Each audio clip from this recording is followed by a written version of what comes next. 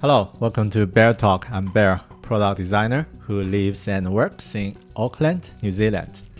Presentation is one of the essential skills for every designer, and sometimes people are afraid of present to other people because of many reasons.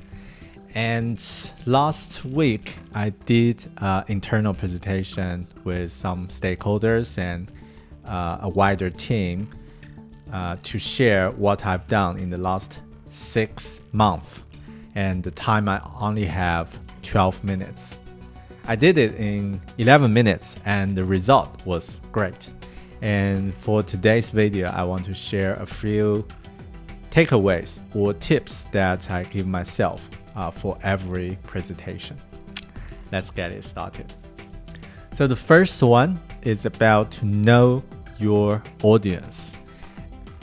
This is about to consider who's going to listen to your presentation and what's their goal or how much context they understand about the project. And it's similar as a persona, right? So a familiar with persona as a designer. Think about your audience as a persona. And in general, if you share things for a smaller group with enough context, you can deep dive on details and engage with more discussions or Q&As during that session.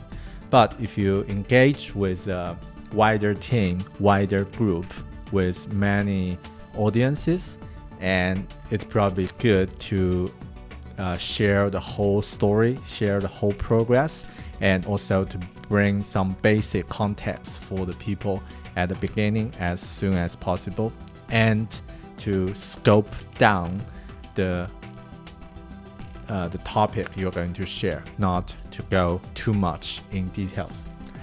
And which leads us to the second point of a good presentation: storytelling. This is like a cliche, like everyone speaks about story, but I think it's critical and it's also quite important. And for me, when present a design project to people, even you don't necessarily to share a people's story, you can use some tips for storytelling. And for me, I use 2 tips in my last presentation. The first is to share the growth or the character growth. That's an easy way or a fancy way to say before and after. So before and after is a typical storytelling technique. If you show something current and what you can improve in the later, so that's the story. That's the one tip. And the other tip is to share is to use some analogy.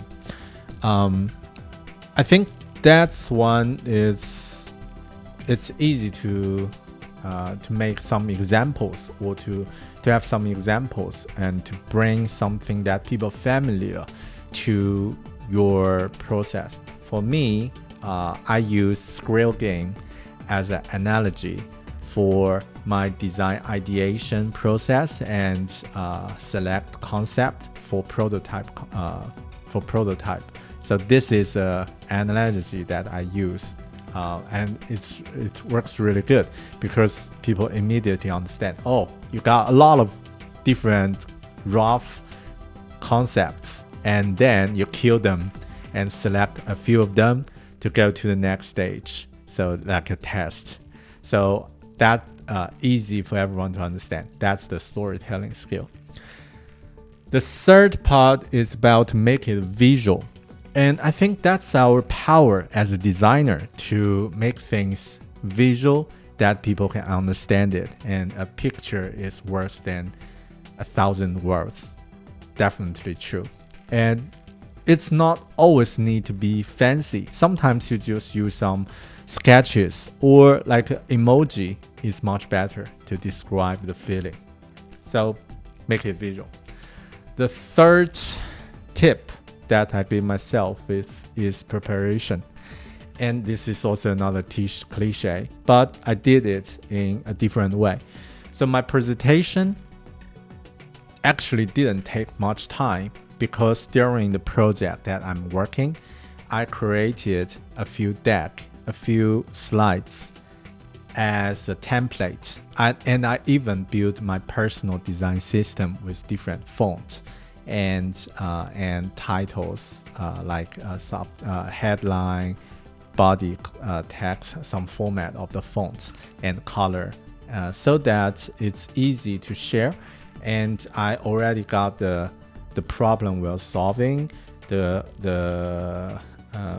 customer or other part of this business problem as different slides. So it's easy that I just bring some slides together and combine it as a presentation. So do that preparation during the process, or make the preparation become part of your design process. That is how I make it faster on this project. And this is also a tip that I've learned from another designer, Finca. She also shared a lot of tips on YouTube. So yeah, you can also subscribe her channel, which is also awesome. So yeah, that's the fifth part. And the sixth one is to write scripts. So this is a tip that I give myself as well. And I think it's not for all scripts, but at least some outlines. Because if you write things down, it can keep you focused, and it can keep you make it stay in time, not do it over time. And it's always like if you don't prepare much on the script, you will take more time than you expected. So write some script, even the outlines. And also it's quite a good way to save time.